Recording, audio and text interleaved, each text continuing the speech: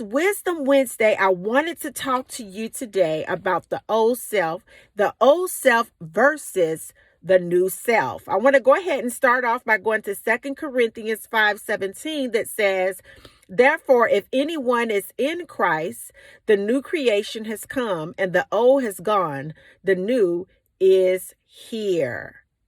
When you have had an encounter with Christ, with the anointed one, the old person that you used to be, it falls away and you walk in the glory with him in a new image.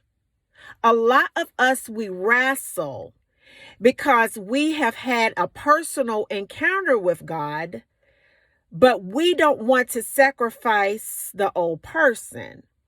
But then we get frustrated, we get angry, we get mad, we're sad, and almost on the verge as an adult throwing a tantrum because we're not getting out of our life what we know that we should.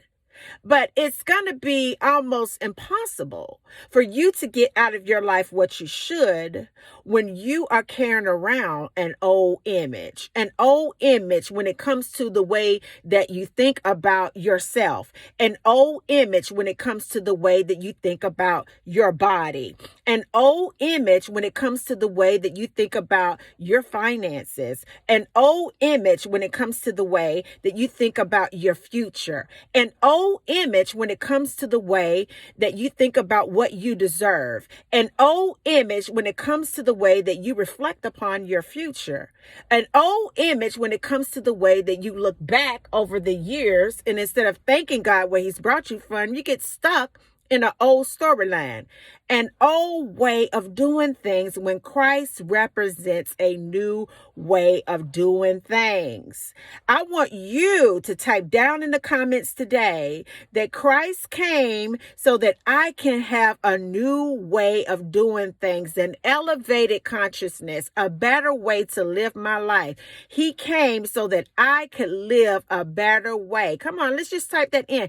Christ came so that I could live a better way. He came so that you could fully abandon who you used to be before you were able to grace or just stare upon his presence of what you are, what you were created to be. The old man has to drop completely off in order for you to experience an elevated state of consciousness, in order for you to experience an abundant life, in order for you to get a breakthrough, you have to totally abandon the sinful way of doing things. And for whatever reason, we get tripped up there. We look at our sin like it's significant. Your sin is not significant. Your sin is low vibrational. It's linked to depression and stress and anxiety and diseases and heartbreak and being used and being abandoned and being thrown away. It opens up a territory for demonic activity or low vibrational energies to come into your experience and torture you. Christ came so that you could totally abandon the old you and meet the new you. It is time for you to stand in front of that mirror and tell yourself that you love yourself. It's time for you to live like the new you now. A lot of us, we wait until we do this and we do that and we do this and we do that in order for us to take on the new image. No, you're doing it backwards. In order for you to fully benefit from the new image, you have to walk in the new image now. The new image is a state of consciousness.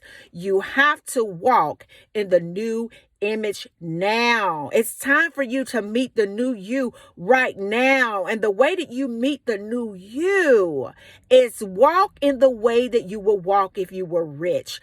Talk in the way that you would talk if you want to be more intelligent. Eat the things that you would eat if you were more fit. Live in peace in the midst of a storm. This is how you bring that into its physical formation in your life.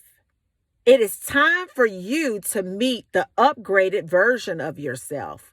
It's time for you to fully accept the gospel of Jesus Christ, the good news, to know that you are new. It's time for you to stop wrestling in your mind with it and totally give it up. So as you go about your day on this Wisdom Wednesday, I want you to know that the new you is waiting to emerge. And I want to say, nice to meet you.